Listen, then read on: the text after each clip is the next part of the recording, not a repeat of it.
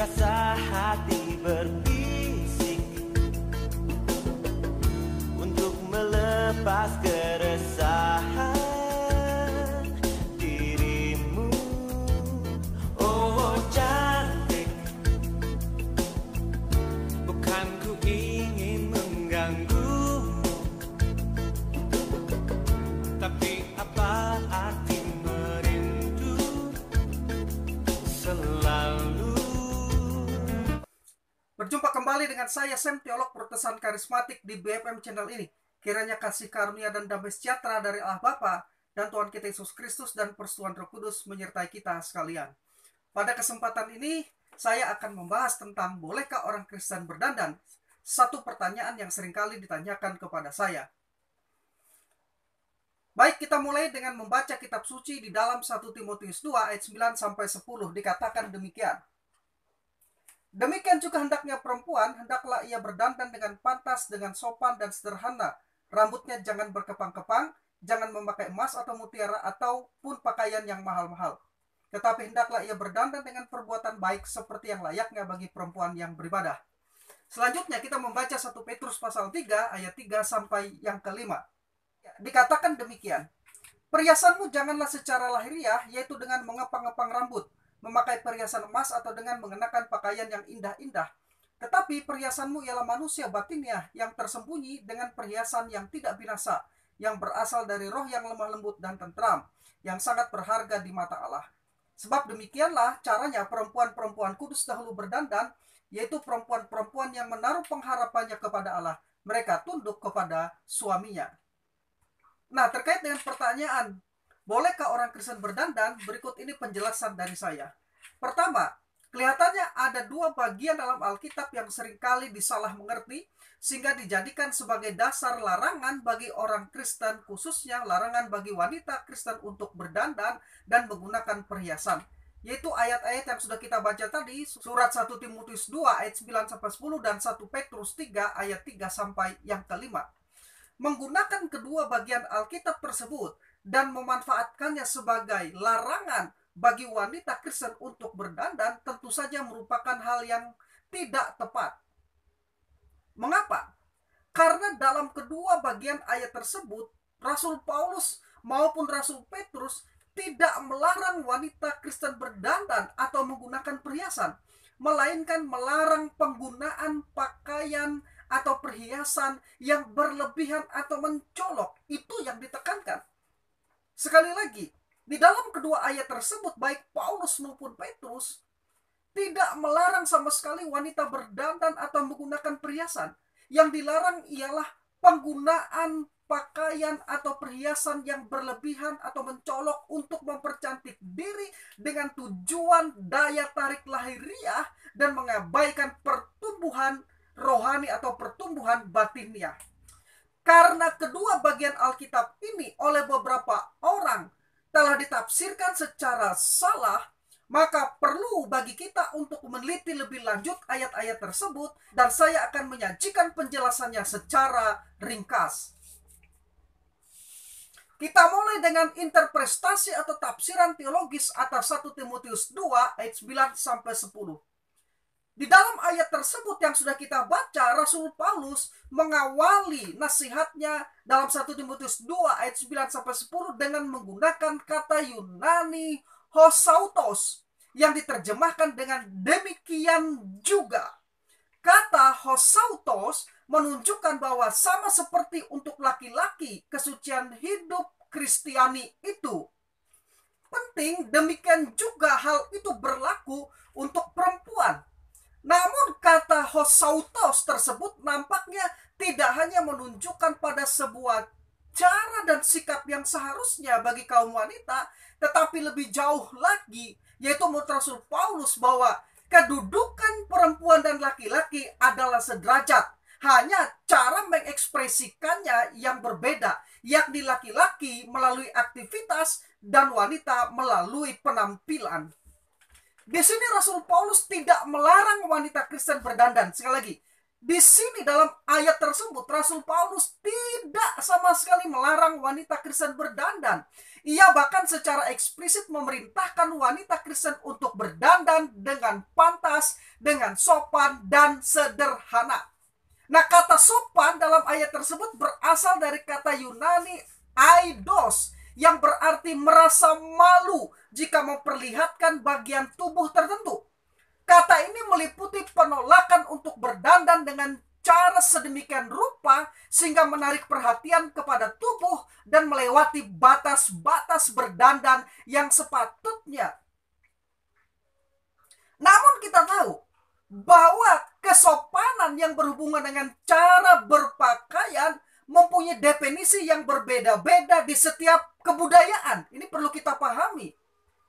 Dalam beberapa kebudayaan, bagian sekitar pusar wanita dianggap pantas untuk diperlihatkan.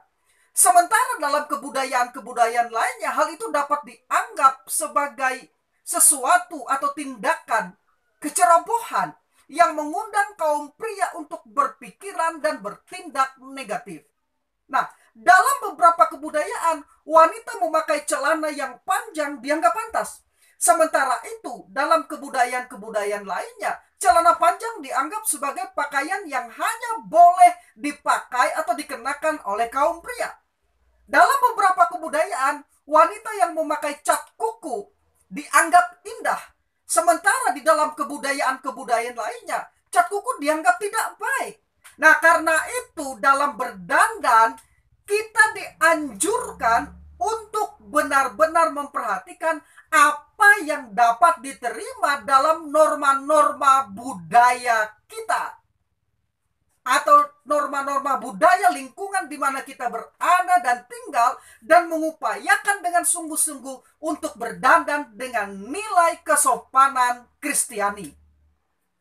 Sedangkan kata Yunani soprosine yang diterjemahkan dengan kata sederhana menggambarkan penahanan diri yang seimbang dan bijaksana. Kesederhanaan itu sendiri merupakan perilaku, cara atau sikap yang sangat umum pada masa itu. Karena itu, nasihat ini ditujukan Paulus supaya jangan memakai perhiasan emas dan pakaian yang mahal. Kemungkinan ini ditujukan kepada wanita-wanita kaya yang menggunakan berbagai perhiasan dan mengenakan pakaian yang mahal-mahal. Kemudian berusaha terlibat dalam kegiatan-kegiatan yang tidak bermanfaat, dan pemakaian perhiasan itu hanya untuk kesombongan, hanya untuk keegoisan, keangkuhan, pamer diri. Nah, dalam hal ini tidak berarti wanita dilarang mutlak menggunakan busana yang indah, perhiasan-perhiasan yang bagus. Tetapi yang terpenting adalah keindahan manusia batinnya. Atau berdandan dengan perbuatan baik seperti layaknya perempuan yang beribadah. Nah, sekarang kita menginterpretasikan atau menafsirkan 1 Petrus 2 ayat 3 sampai 5. Mengawali nasihatnya dengan menggunakan kata perhiasanmu. Kata perhiasan merupakan terjemahan dari kata Yunani kosmos, yang dalam bahasa Inggris menjadi kata kosmos, alam semesta yang teratur, dan kosmetik, perhiasan. Di sini Petrus mengingatkan para istri Kristen supaya mereka jangan mengutamakan perhiasan lahiriah, tetapi perhiasan batinnya. Nah, pada zaman itu perlu diketahui, wanita-wanita Romawi terpikat oleh model-model mutakhir serta saling bersaing dalam berpakaian dan model rambut, layaknya wanita-wanita di zaman modern dan postmodern saat ini. Tidak aneh bagi wanita untuk mengikuti model rambut yang berlebihan, dihiasi dengan sirkam-sirkam emas dan perak, bahkan dengan batu permata. Mereka memakai pakaian yang mewah dan mahal yang dilakukan dengan tujuan bersaing dan unjuk diri pada masa itu.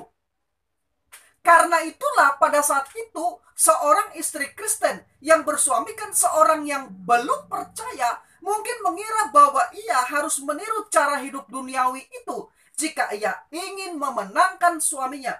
Tetapi justru pemikiran itu tidak benar. Menurut Petrus, kecantikan sejati itu nyata dan bersifat batiniah. Bukan sekedar semaraknya penampilan lahiriah. Pakaian dan perhiasan yang gemerlap itu hanyalah sesuatu yang dapat digunakan dan dilepaskan oleh seseorang. Berbeda dengan kecantikan yang sejati, yang berasal dari dalam, yang selalu melekat dalam diri seseorang. Kecantikan lahiriah cepat atau lambat akan menjadi pudar, akan menjadi layu, akan menjadi usang seiring bertambahnya usia.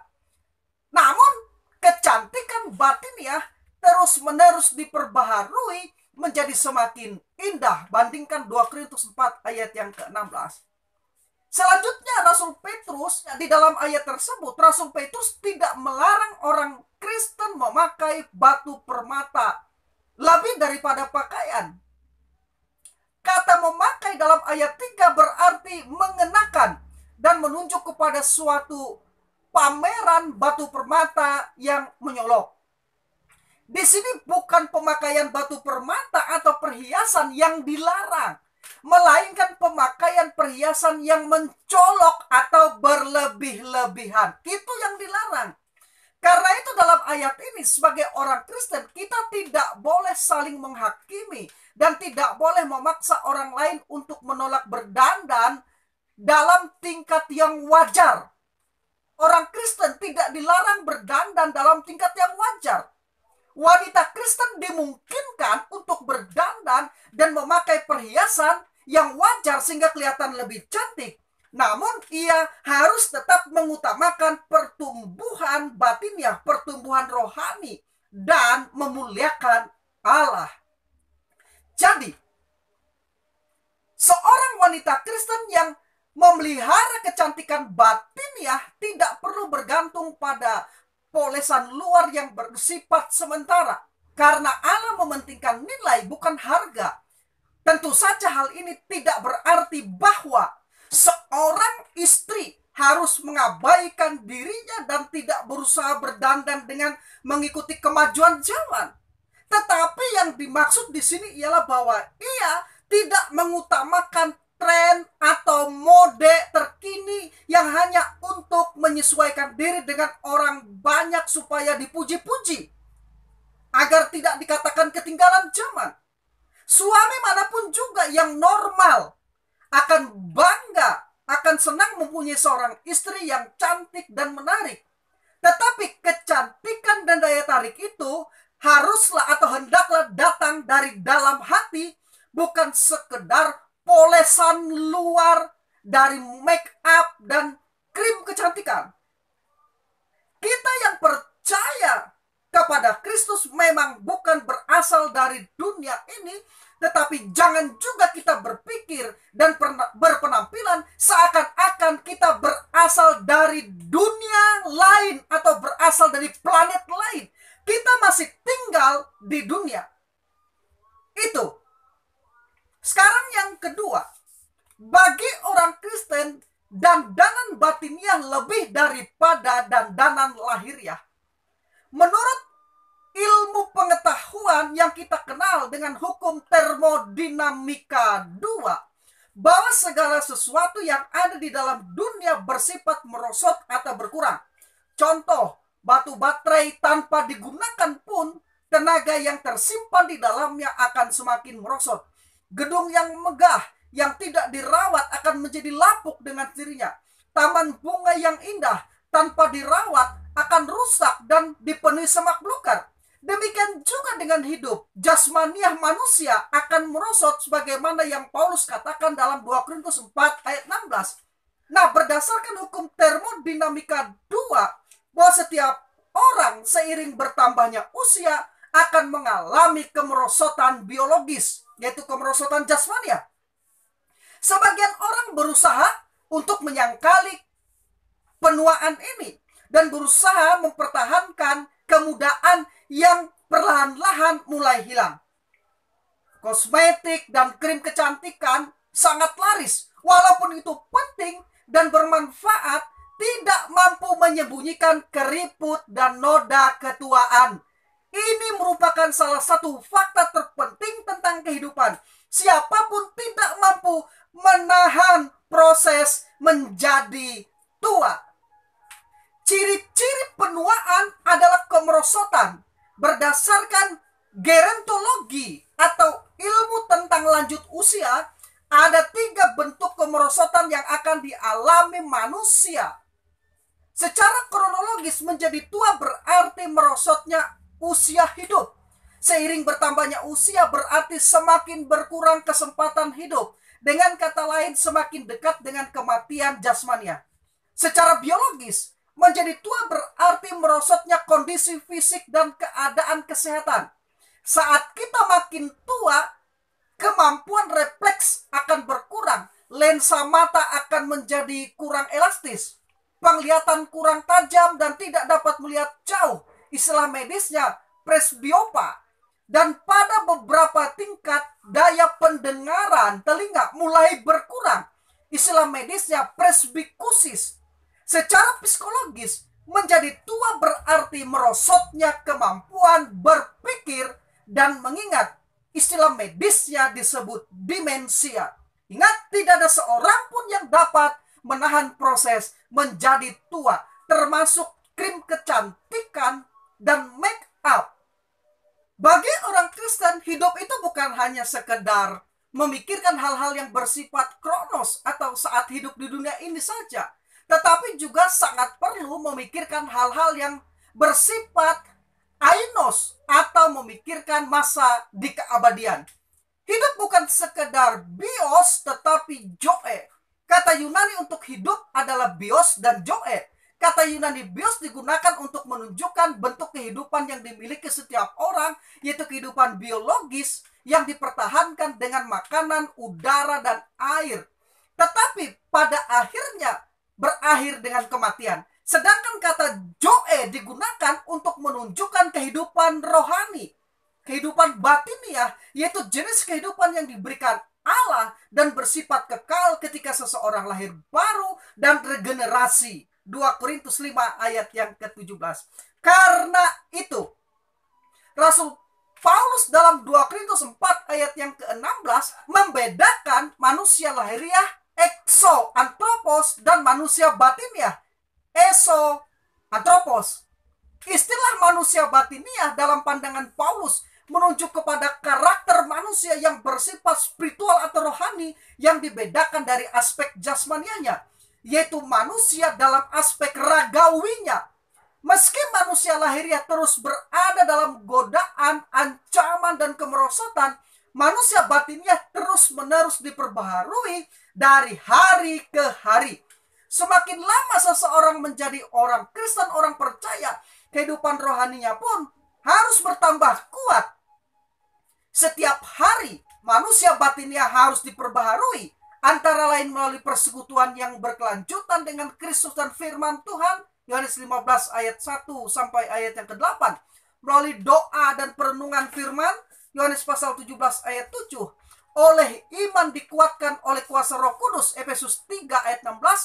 Hanya dengan cara demikian, kehidupan batiniah akan bertumbuh, walau manusia jasmaniahnya terus-menerus merosot. Sekarang yang ketiga, memahami tujuan berdandan. Ini sangat penting. Ada berbagai alasan orang berdandan. Pada umumnya, tujuan orang berdandan adalah 1, agar terlihat tetap awet muda. 2, meningkatkan rasa percaya diri melalui penampilan.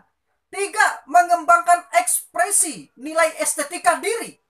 4, agar penampilan lebih menarik. Jadi ada daya tarik tersendiri melalui berdandan. 5, karena menghargai hidup sebagai anugerah dari Tuhan. 6, mencari sensasi melalui berdandan.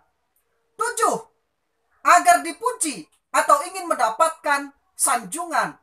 Dalam hal ini, saya bisa setuju pada tujuan umum berdandan untuk poin 1 sampai poin yang ke-5. Seperti yang disebutkan di atas. Tetapi menolak tujuan di poin 6 dan 7 yaitu tujuan berdandan hanya untuk mencari sensasi dan agar dipuji-puji, agar disanjung-sanjung. Karena kedua tujuan tersebut dapat berakibat merusak, bahkan menghancurkan. Nah, lalu apakah sebenarnya tujuan orang Kristen berdandan menurut perspektif Alkitab? Saya mencatat paling sedikit ada 3 tujuan orang Kristen berdandan. 1, menutupi ketelanjangan atau aurat. 2, merawat tubuh. Dan yang ketiga, memuliakan Allah. Berikut ini penjelasan dari ketiga tujuan berdandan tersebut. 1, menutup aurat atau menutupi ketelanjangan. Tindakan belas kasih Allah pertama kepada manusia setelah kejatuhan adalah dengan menyediakan pakaian untuk menutupi ketelanjangan mereka dan agar mereka tidak terlalu rentan terhadap cuaca dan keganasan alam akibat kutuk kejatuhan dalam dosa. Bandingkan Kejadian 3 ayat 7, Kejadian 2 ayat 21 sampai 25. Sampai hari ini, pakaian adalah suatu berkat untuk menjaga tubuh dan privasi yang kita miliki. 2, merawat tubuh. Tujuan dari berdandan Kristen yang kedua adalah merawat tubuh. Tubuh adalah ciptaan Allah yang segambar dengannya. Manusia disebut gambar Allah. Kejadian 1 ayat 26 sampai 27, Kejadian 2 ayat 7, Roma 8 ayat 28. Nah, karena tubuh manusia adalah gambar Allah yang diciptakannya, maka tubuh itu perlu dirawat, perlu dijaga, perlu didandani dengan baik. Setelah ditebus, tubuh orang percaya adalah tempat kediaman Roh Kudus. Berarti kita pun harus merawat, menjaga tubuh kita, karena kita tahu Roh Kudus tinggal di dalam kita. 1 Korintus 3 ayat 16 dan 1 Korintus 6 ayat 19. Sekarang tujuan berdandan Kristen yang ketiga, yaitu memuliakan Tuhan. Kita harus memahami bahwa tujuan hidup kita adalah untuk kemuliaan Tuhan. Roma 11 ayat 33 sampai 36. Arah tujuan kita di dunia ini adalah Tuhan, Sang Pencipta. Apapun yang kita lakukan haruslah untuk memuliakan Tuhan. Rasul Paulus mengatakan, jika engkau makan atau jika engkau minum atau jika engkau melakukan sesuatu yang lain, lakukanlah semua itu untuk kemuliaan Allah. Baca di 1 Korintus 10 ayat 31. Ini berarti memuliakan Tuhan termasuk dengan cara berdandan dan merawat tubuh. Bandingkan 1 Korintus 6 ayat 20 dan Roma 13 ayat yang ke-14. Nah, selain 3 tujuan tersebut di atas, untuk mereka yang sudah menikah, tujuan berdandan perlu saya tambahkan satu lagi. Untuk membahagiakan pasangan dan memelihara keharmonisan rumah tangga. Telah terjadi kesalahan dari banyak pasangan suami istri tentang tujuan berdandan. Banyak dari mereka berdandan bukan untuk pasangan mereka, tetapi justru agar mendapat perhatian, agar mendapat pujian dan menarik bagi orang lain. Seperti atasan, rekan kerja, atau tetangga. Tujuan itu salah. Berdandan dari perspektif Kristen itu untuk pasangan kita. Jangan sampai wanita-wanita Kristen kelihatan menarik di luar rumah, tapi di rumah tidak berdandan sama sekali untuk pasangannya. Berarti ada sesuatu yang salah di dalam pemahamannya tentang berdandan. Tidak salah memang kita berdandan ketika kita akan keluar ke tempat kerja, atau keluar dari rumah, atau menghadiri pertemuan-pertemuan. Tapi jika tujuannya agar menarik bagi orang lain, agar dipuji-puji oleh orang lain, maka ada sesuatu yang salah di dalam paradigma kita, konsep berpikir kita tentang berdandan. Ingat, salah satu tujuan berdandan adalah untuk pasangan kita. Nah, sebenarnya merupakan suatu anugerah bagi suami dan istri apabila mereka bisa memandang pasangan mereka sebagai sosok yang menyenangkan dan mendatangkan kebahagiaan. Jadi salah satu cara yang dapat dilakukan pasangan suami istri adalah dengan cara berdandan yang baik bagi pasangan mereka. dan bukannya bagi orang lain. Bandingkan Wahyu 21 ayat yang kedua. Nah, berikut ini sebuah kesaksian dari Anne Ortland yang saya kutip dari bukunya Discipliness of the Beautiful Woman. Anne Ortland adalah seorang istri pendeta dari gereja kongregasional, ibu rumah tangga, pembicara konferensi, organis, penggubah lagu, dan penulis. Mengenai berdandan, ia menulis demikian. Saya pernah mempelajari Amsal 31 ayat 10 sampai 31 katanya. Melukiskan puji-pujian untuk istri yang cakap. Isinya memberikan gambaran baru bagi saya dan mengejutkan saya. 22 ayat menjelaskan tentang kebaikan, kesalehan, kerja keras, dan hubungan kasih wanita ini. Baik dengan suaminya, anak-anaknya, sesamanya, dan dengan Allah. Dari 22 ayat itu hanya satu ayat yang melukiskan penampilannya. Penampilannya sungguh luar biasa. Di ayat 22 mengatakan, ia membuat bagi dirinya permadani, lenan halus, dan kain ungu pakaiannya. Kain ungu adalah kain mahal yang biasanya dikenakan oleh golongan kaya. Melihat proporsi seperti ini dalam Amsal 31 ayat 10 sampai 31, hanya satu ayat saja dari 22 ayat itu yang melukiskan keindahan penampilannya, maka saya berdoa, ya Tuhan, saya akan memberikan 1/22 waktu saya untuk membuat diri saya tampak semenarik mungkin. Dan saya hendak mempersembahkan seluruh hidup saya 21/22 waktu menjadi wanita bijaksana, baik hati, saleh, bekerja keras, dan seterusnya. Anda melanjutkan, maksud saya bukan berarti pola hidup seperti ini harus menjadi pola hidup wanita lain. Ini hanya perjanjian saya pribadi dengan Tuhan. Apa artinya memberikan waktu saya kurang lebih 1 jam dari setiap 24 jam untuk mengurus penampilan saya? Sebagian besar dari waktu 1 jam itu saya lakukan di pagi hari. Saya melakukan senam, mandi, merias wajah, merapikan rambut, dan berpakaian. Dan nanti saya bisa memperbaiki rias wajah dan berpakaian rapi dengan cepat. Sebelum saya tidur, saya melakukan senam sedikit, mandi, dan melumas krim tubuh. Sebelum ada Leni pembantu saya hanya menyediakan waktu 45 menit sehari dan tidak bersenam sebelum tidur malam. Supaya saya ada waktu untuk mencuci pakaian, menyetrika, mencuci, dan lainnya. Tetapi ada hal lain di balik semua ini. Saya telah berjanji kepada Tuhan akan memberikan 1/22 waktu untuk penampilan saya. Jika saya hanya memberikan waktu kurang dari itu, penampilan saya cepat lusuh. Di hadapan Tuhan, para imam dalam perjanjian lama mempersembahkan korban setiap hari dan selalu menjaga nyala api di altar. Saya mempersembahkan kepadanya 1 jam lebih perawatan tubuh. Semua itu untukmu, Tuhan, kata Anne. Sekarang yang keempat, berdandan dan godaannya. Ada 2 sikap ekstrim yang sama kelirunya harus dihindari dalam berdandan, yaitu 1, pertapa yang menolak kesempatan yang diberikan oleh Allah untuk berdandan dan merawat tubuh, dan 2, bersolek dengan penampilan vulgar dan menyalahgunakan kesempatan yang diberikan Allah dengan berdandan untuk tujuan menarik perhatian dan membangkitkan hawa nafsu seksual orang lain. Karena itu, secara khusus bagi wanita, agar ketika berdandan membiasakan diri memakai pakaian yang sopan. Jangan memakai pakaian KTP, ketat, tipis, pendek. Atau pakaian 3T, transparan, terbelah, dan terbuka.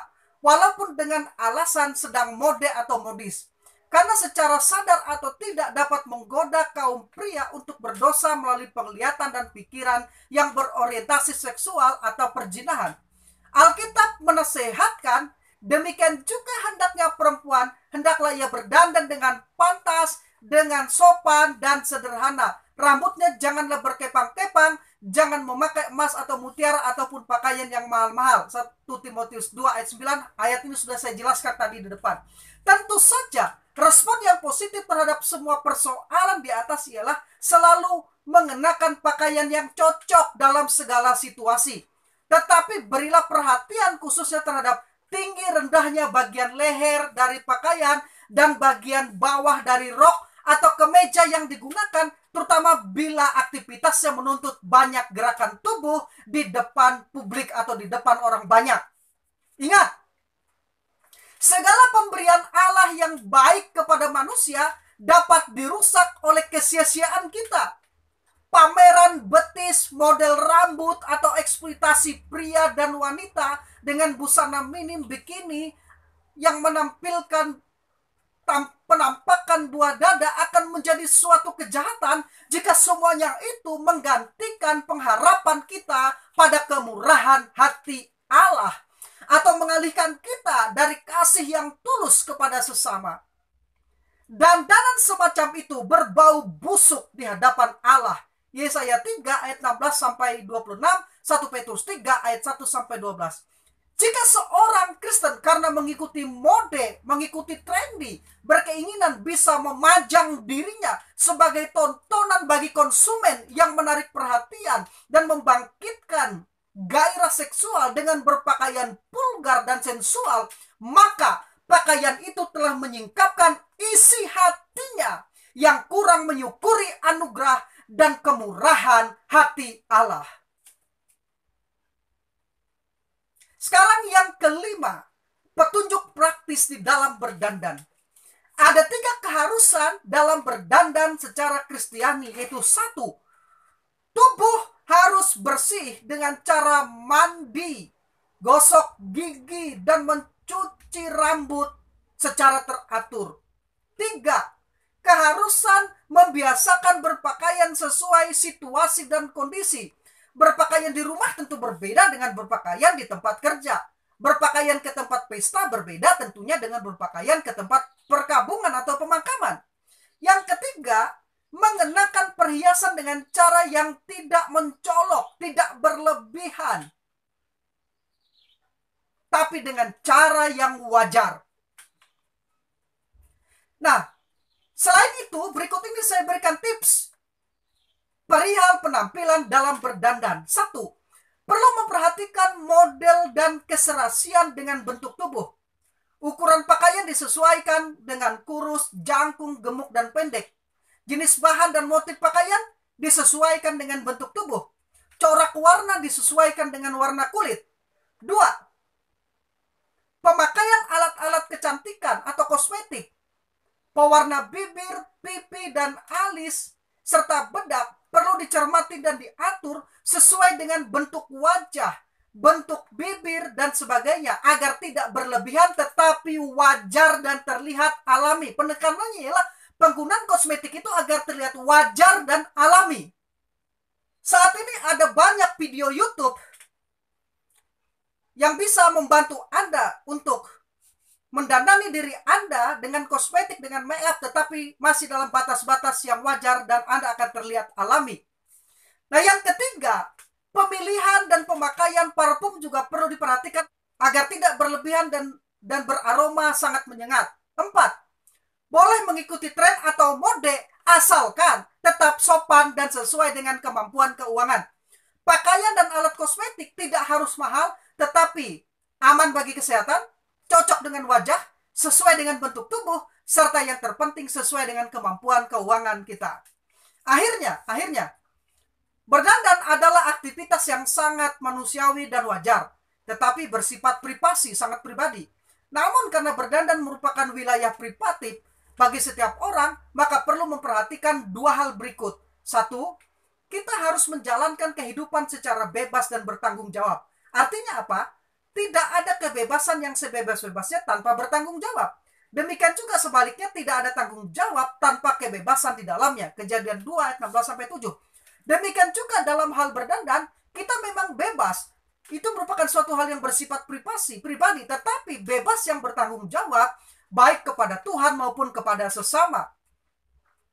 2, kita harus menjalani kehidupan secara wajar. Artinya apa? Kita perlu berpikir, berkata-kata, bekerja, belajar, dan bertingkah laku yang hendaknya secara wajar. Demikian juga dengan berdandan, hendaklah dilakukan secara wajar. Orang Kristen perlu mengucap syukur kepada Allah karena diberi kesempatan untuk berdandan dengan menggunakan pakaian. entah itu dari katun, rami halus, atau lenan, wol, kulit, dan bulu binatang, untuk melindungi diri dan privasi dari segala yang jahat. Kita juga perlu mengucap syukur kepada Allah untuk kosmetik yang membantu untuk merawat dan memelihara tubuh dan berpenampilan tetap menarik tetapi wajar. Nah, melalui berdandan secara wajar dan bertanggung jawab, kita dapat memperlihatkan kepada sesama bahwa secara jasmani kita adalah laki-laki dan perempuan yang saleh dan takut akan Tuhan, yang mewarisi kemuliaannya dan melakukan segala sesuatu bagi kemuliaan dan kepujian nama Tuhan. Demikian yang bisa saya bagikan pada kesempatan ini. Saya Sam, teolog Protestan karismatik.